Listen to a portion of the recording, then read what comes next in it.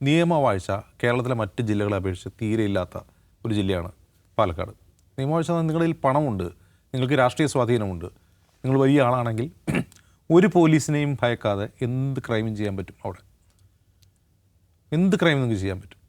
അതാണ് അവിടുത്തെ ഒരു അവസ്ഥ. മറ്റൊരു കാര്യം, അവിടെയുള്ള രണ്ട് തരം മനുഷ്യരാണ്. ഒന്ന് അധികാരമുള്ള ഉന്നത കുലജാതരായ രാഷ്ട്രീയ സ്വാധീനമുള്ള കുറച്ച് പേർ, ബഹുഭൂരിഭാഗം വരുന്ന ഇതൊന്നുമില്ലാത്ത സാധുക്കൾ.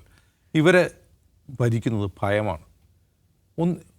നമ്മൾ ശ്രദ്ധിച്ച് നോക്കിയാൽ ഇപ്പോൾ വാർത്താ ചാനലുകളിൽ ബൈറ്റുകൾ വരുന്നുണ്ടല്ലോ, ബാക്കി എല്ലാത്തിലും പൊതുവിഷയങ്ങളിൽ അഭിപ്രായം പറയാൻ ബൈറ്റ് തരാൻ പറ്റിയ ആരെങ്കിലൊക്കെ ഉണ്ടാവും ഏത് ജില്ലയിലും.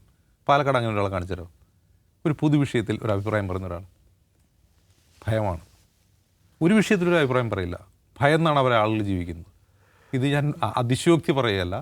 ഇതിൻ്റെ ഏറ്റവും പ്രധാനപ്പെട്ട കേന്ദ്രം 4 വട്ടം VS അച്യുതാനന്ദൻ പ്രതിനിധീകരിച്ച മലമ്പുഴ നിയോജകമണ്ഡലമാണ്. മലമ്പുഴ നിയോജകമണ്ഡലത്തിലാണ് ഈ വാളയാർ വരുന്നത്. ഈ വാളയാർ പെൺകുട്ടികളുടെ സംഭവം എന്ന് പറഞ്ഞാൽ കേവലം അതൊരു ഒറ്റപ്പെട്ട സംഭവമേ അല്ല. ആ സംഭവത്തെ തുടർന്ന് ഞാൻ തന്നെ നടത്തിയ അന്വേഷണത്തിൽ ഞെട്ടിക്കുന്ന ഒരു വാർത്ത നമ്മൾ ബ്രേക്ക് ചെയ്തിരുന്നു. അതൊരു പണി പൂർത്തിയാവാത്ത, മേൽക്കൂരയില്ലാത്തൊരു വീട്ടിലാണ് ഒരു കുടുംബം താമസിക്കുന്നത്. പണി പൂർത്തിയായിട്ടില്ല, മേൽക്കൂര വയ്ക്കാൻ പൈസയില്ല, ഒരു കോളനി പോലത്തെ ഒരു സ്ഥലമാണ്. അപ്പോൾ ഈ മേൽക്കൂരയില്ലാത്ത വീട്ടിൽ പെൺമക്കളുമായി അച്ഛനും അമ്മയും തൊട്ട് മുമ്പിലുള്ള റോഡിൽ ഇറങ്ങിയാണ് കിടന്നാണ് ഉറങ്ങുക രാത്രി. അങ്ങനെ ഉറങ്ങി കിടക്കുന്ന രാത്രി പെൺകുട്ടികൾ ആരും തട്ടിക്കൊണ്ടുപോയി റേപ്പ് ചെയ്യുന്നു. ഇങ്ങനെയുള്ള സംഭവങ്ങൾ ധാരാളം ഉണ്ടായിട്ടുണ്ട്. വാളയാർ കേസുമായി ബന്ധപ്പെട്ട് തന്നെ തൊട്ടടുത്ത ദിവസങ്ങളിൽ തന്നെ എത്രയോ റേപ്പ് കേസുകൾ അവിടെ നിന്ന് വന്നിട്ടുണ്ട്, സൂയിസൈഡുകൾ വന്നിട്ടുണ്ട്, എത്രയോ കേസുകൾ. ഇതൊന്നും ഒരു വാർത്തയേ ആവാത്ത വിധം നിയമവാഴ്ച ദുർബലമാണ് അവിടെ. ജിഷ്ണു പ്രണോയുടെ മരണവുമായി ബന്ധപ്പെട്ട് കുപ്രസിദ്ധമാണെന്നതിന് ക്രൂ കോളേജും PK ദാസ് ഇൻസ്റ്റിറ്റ്യൂട്ടുകളും നമുക്ക് ഓർമ്മയുണ്ടല്ലോ. അവിടെ അവരുടെ മെഡിക്കൽ കോളേജ് 2 ജീവനക്കാരികൾ ആസിഡ് അകത്ത് എന്ന രീതിയിൽ അത്യാഹിത വിഭാഗത്തിൽ പ്രവേശിപ്പിക്കുന്നു. അപ്പോൾ ഇങ്ങനൊരു സംഭവം പറഞ്ഞപ്പോൾ ഈ ജിഷ്ണു പ്രണോയ് സംഭവം കത്തുന്ന സമയമായതുകൊണ്ട് ഈ 2 പേര് ആസിഡ് കഴിച്ചു എന്നുള്ള നമ്മൾ പെട്ടെന്ന് അന്വേഷിക്കുമ്പോൾ വളരെ പെട്ടെന്ന് ഇവർക്കെതിരായിട്ടുള്ള ഗോസിപ്പുകൾ പരത്തുകയാണ് മാധ്യമങ്ങൾക്കിടയിൽ.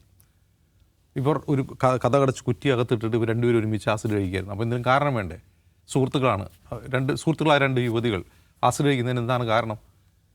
ഉടൻ പറയുന്നു അവർ സ്വർഗാനുരാഗികളാണെന്ന് പ്രചരിപ്പിക്കുന്നു. മാധ്യമങ്ങൾക്കിടയിൽ പ്രചരിപ്പിച്ചതാണത്.